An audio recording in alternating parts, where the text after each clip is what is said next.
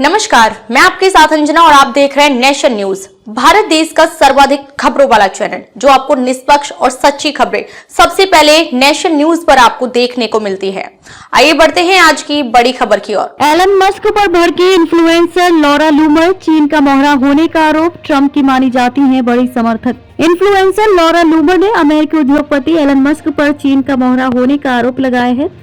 सबसे दिलचस्प बात यह है कि दोनों ही डोनाल्ड ट्रंप के समर्थक हैं। लॉरा लूमर दक्षिणपंथी पॉलिटिकल एक्टिविस्ट और डोनाल्ड ट्रंप के समर्थन में खुलकर बोलने वाली इन्फ्लुएंसर हैं। इमिग्रेशन पॉलिसी की वकालत करने पर एलन मस्क के खिलाफ उनका गुस्सा भड़का है। दक्षिणपंथी पॉलिटिकल एक्टिविस्ट और डोनाल्ड ट्रंप के समर्थन में खुलकर बोलने वाली इन्फ्लुएंसर लॉरा लूमर ने एलन मस्क पर बड़ा हमला बोला। उन्होंने अमेरिकी टेक सेक्टर में प्रवासियों की बढ़ती संख्या पर एलन मस्क द्वारा वकालत करने पर आपत्ति जताई है। लूमर ने सोशल मीडिया साइट एक्स पर इसे लेकर अपना पक्ष रखा। लूमर ने मस्क पर डोनाल्ड ट्रंप को प्रभावित करने का आरोप लगाया और विवेक रामास्वामी के साथ मस्क के department of government efficiency project को वैनिटी प्रोजेक्ट बताया। चीन का बताया मोहरा। लूमर का गुस्सा यही खत्म नहीं हुआ। उन्होंने भविष्यवाणी की कि ट्रंप और मस्क में जल्द ही मतभेद शुरू होंगे।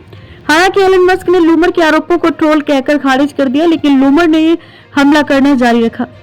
लॉरा लूमर ने नस्लवादी और होमोफोबिक अपशब्दों का सहारा लेते हुए कहा कि मस्क चीन के मोहरे हैं। साथ उन्होंने मागा में जगह खरीदने का आरोप भी लगाया। सोशल मीडिया पर लिखी बात। लूमर ने एक्स पर लिखा, तुम्हें याद है जब तुमने बाइडेन को वोट दिया था और कहा था ट्रंप बहुत बुरे हैं। सबको पता है कि तुमने डोनेशन इसलिए दिया जिससे तुम इमिग्रेशन पॉलिसी को प्रभावित कर सको और अपने दोस्त शी जिनपिंग को बचा सको। लूमर ने आगे लिखा, वे 5वीं स्टेज का चिपकू है। उसने ट्रंप का साइड पीस बनने के लिए अपनी पूरी ताकत लगा दी। लूमर नस्ल भेदी और इस्लामोफोबिक है, इसलिए वे इमिग्रेशन पॉलिसी का विरोध कर रही हैं। मस्क पर हमला करते उन्होंने चीन और भारतीय प्रवासियों के साथ उनके संबंधों का भी जिक्र किया। भारत का भी किया जिक्र। लॉरा लूमर ने कहा, टेक अरबपतियों को सिर्फ मारे लोगों में जाने, चेकबुक दबाने और इमिग्रेशन पॉलिसी को दोबारा लिखने का मौका नहीं मिलता जिससे उन्हें चीन और भारत से असीमित गुलाम मजदूर मिल सके। मुझे नस्ल भेदी कहे जाने की चिंता नहीं है।